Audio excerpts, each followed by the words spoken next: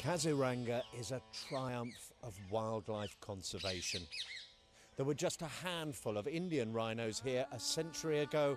Now there are more than 2,400, two-thirds of the world population.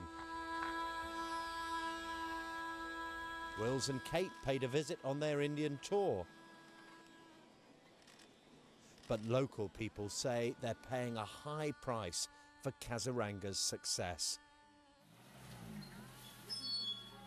July last year, and a 7-year-old boy is rushed to hospital.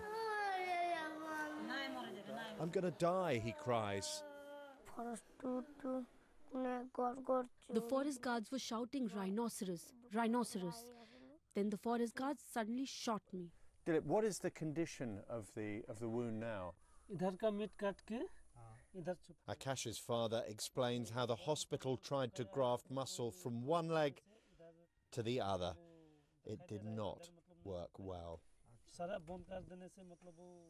Akash will never walk properly again.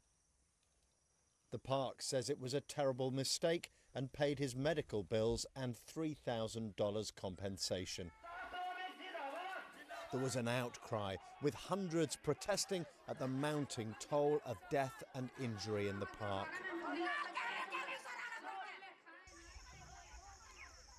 The issue is the park's ruthless anti-poaching strategy.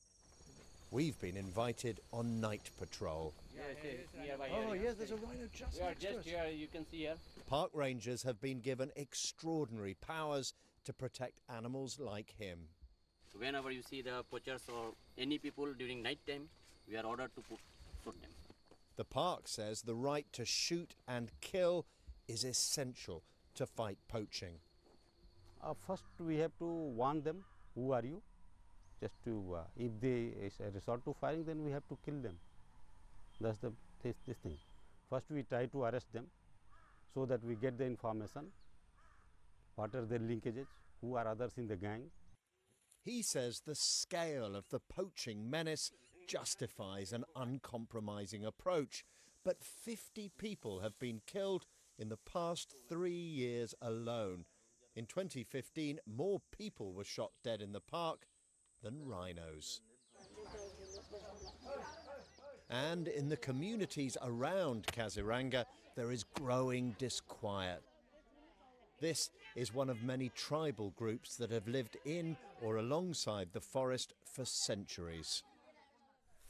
So look at this. This is the village road, and just over here is the national park, full of all those wild animals. There are no fences, no signs, and if I was to step across and into it, there is a real danger that I could be shot.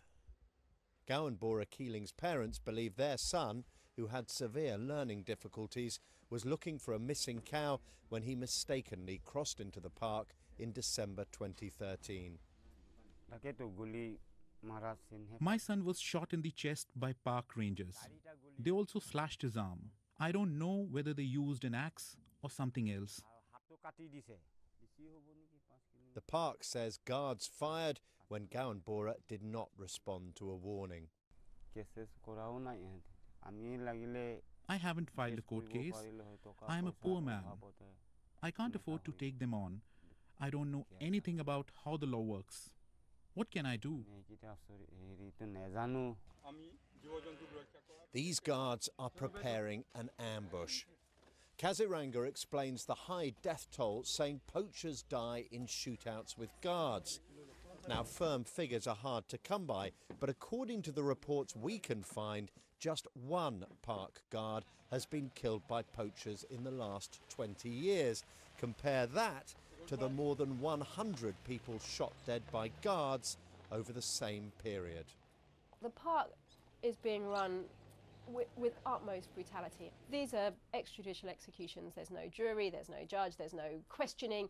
And the terrifying thing is that there are plans to roll out this shoot-on-sight policy across the whole of India. She says some of the world's biggest animal conservation charities are turning a blind eye, including the World Wildlife Fund. It has funded combat and ambush training for Kaziranga's guards and provided specialist equipment, including night vision goggles. Well, the thing is, killing people, nobody is comfortable with killing people, right? What is needed is on-ground protection. This trade has to stop. If the poaching has to stop. The illegal trade in illegal rhino trade, horn. yeah. So that has to stop if poaching has to stop. But shouldn't WWF speak out? I mean, what do you think your donors would feel about WWF's involvement with a park which is involved with killing dozens and dozens of people, with maiming people? Well, as I said, that we are working towards it. We want the whole thing to reduce. We don't want poaching to happen. And the idea is to reduce it with involving all the partners. It's not just the Kaziranga authorities, but also the enforcement agencies, also the local people. So I think the main thing is to work with the local people. But it isn't only Kaziranga's anti-poaching strategy that threatens local people.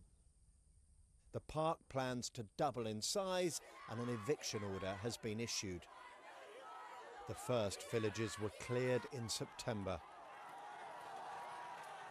The police move in.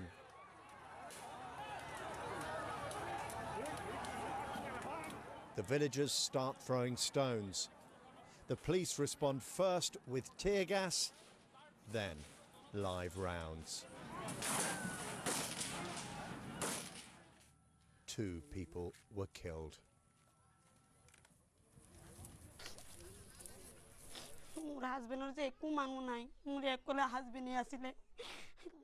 I have no one. My husband was the only person I had. I wanted to take his body away, but they beat me up and didn't allow me to take his body, so I had to run away. Diggers were brought in to destroy buildings, and the national park provided a team of elephants that slowly and deliberately went through the village, knocking down every home. Critics see the wrecked village as yet more evidence of an overly aggressive approach to conservation. Of course, endangered species need preserving, but is Kaziranga's strategy placing the welfare of wildlife too far above the welfare of the people we are told are best placed to protect it?